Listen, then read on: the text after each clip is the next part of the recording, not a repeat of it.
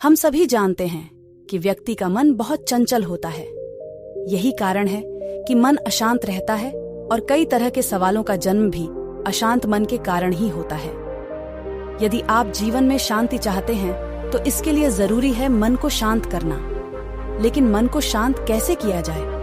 गौतम बुद्ध से जुड़ी इस कहानी के माध्यम से आप जान सकते हैं कि मन को शांत करने का क्या तरीका है। इसमें भगवान गौतम बुद्ध द्वारा मन को शांत करने के आयामों के बारे में बताया गया है, जिससे आपका जीवन बदल जाएगा।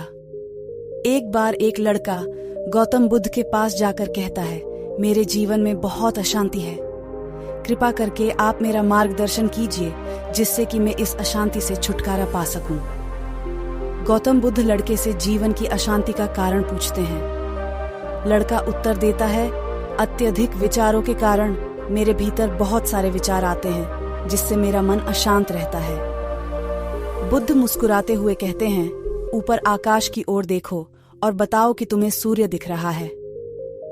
लड़का ऊपर देखता है और कहता है, धूप दिख रहा है। बुद्ध उससे पूछते हैं कि अगर तुम लगातार धूप में खड़े रहोगे तब क्या होगा?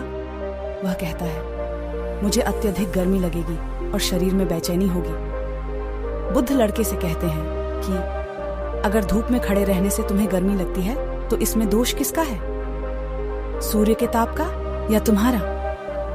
लड़का कुछ सोचने के बाद कहता है, इसका जवाब आप भी बताइए। बुद्ध कहते हैं, सूर्य का काम है ताप देना और ताप का काम है गर्मी देना। ऐसे में तो दोष तुम्हारा ही है कि तुम धूप में जाकर खड़े हुए जिससे कि तुम्हें गर्मी लगी। तुम्हें अगर शीतलता चाहिए तो तुम्हें छांव में रहना होगा। ठीक इसी तरह चंचल मन का भी स्वभाव होता है, विचारों और भावनाओं को जागृत करना। विचार क्षण भर के लिए होते हैं, लेकिन विचार से पैदा हुई भावनाएं देर तक टिकी रहती हैं। लेकिन यह तुम्हें निर्णय लेना है कि तुम्हें विचार और भावनाओं के साथ चलना है या अलग दिशा बनानी है। बुद्ध कहते हैं, मन को शांत करने के लिए तन के आयाम पर काम करना सबसे आसान तरीका है। शरीर के स्तर पर हमारी कर्मेंद्रियां और ज्ञानेंद्रियां हैं। कर्मेंद्रियां कर्म और ज्ञानेंद्रियां ज्ञान से जुड़ी होती है।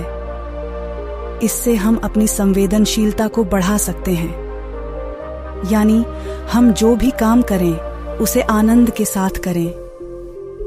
मन के आयाम से हटकर तन के आयाम पर जाने से ही तुम्हारा चित्त शांत होगा।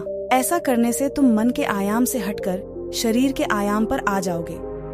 ठीक उसी तरह जैसे तुम धूप से हटकर छांव में आ सकते थे। मन के आयाम से हटने पर तुम्हारी जागरूकता तन पर आ जाएगी। जब तुम तन के आयाम पर काम करोगे तब तुम्हारा चित्त शांत होगा। इसलिए हर काम को तन के आयाम पर करने से मन स्वतः शांत हो जाता है। लड़का बुद्ध से कहता है, अपने भीतर के सुर को कैसे सुने? बुद्ध कहते हैं, किसी शांत स्थान पर रहकर जहां शांति हो। तब अपनी आंखें बंद करो और मन के भीतर चल रहे शोर से हटकर भीतर के सुर को सुनने की कोशिश करो। सुर निरंतर चलता रहता है, लेकिन बाहर के शोर के कारण तुम अपने मन के भीतर चल रहे सुर को नहीं सुन पाते हो। जब तुम अपने दोनों कानों को अपने हाथों से बंद कर दोगे तभी मन के सुर को सुन पाओगे। इस तरह तुम मन की अशांति से दूर हो जाओगे और तुम्हारा मन शांत हो जाएगा।